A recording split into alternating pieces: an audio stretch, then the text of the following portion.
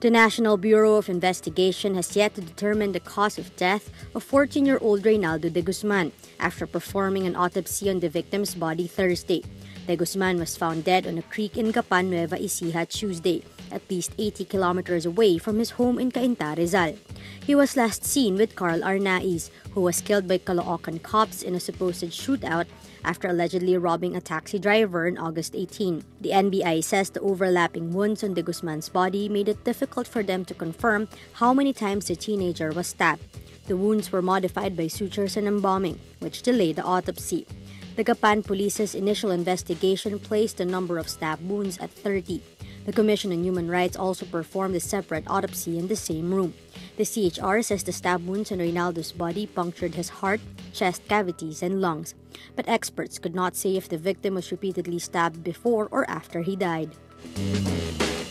Communications Assistant Secretary Mocha Uson performs at a bar inside a casino despite an order from the president prohibiting officials from gambling establishments. The staff of Bar 360 says Uson performs there almost every week. Uson's last performance was on Tuesday. Bar 360 is located on the ground floor of Resorts World's gaming area and is surrounded by slot machines. An Office of the President memorandum circular prohibits government officials and employees from being seen inside a casino. The memorandum states that if any government official or personnel enters a casino, it will be considered conduct prejudicial to the best interest of the service. It adds, penalties should be imposed in view of its negative effect on the public perception of government service. According to a Malacanang source, Communications Secretary Martin Andenar knows that she performs at gigs as part of Mocha Girls and has given her his permission. But it is not clear if Andenar knows that Uson performs inside casinos. The United States on Wednesday asks the United Nations to slap an oil embargo on North Korea and freeze the assets of leader Kim Jong-Un.